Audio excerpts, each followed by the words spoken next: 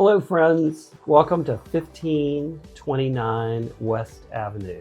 So 1529 is a really special house on a very special block of a very special street of a little micro neighborhood in Richmond's Fan District. This house was built about 1914. It was an architect designed house that gives it lots of different qualities, proportions, and details from so many other fan houses. I welcome you to come in and take a look today and see the wonderful charm that this house has and learn a little bit about it and about West Avenue and the 1500 block. This house has a completely different floor plan.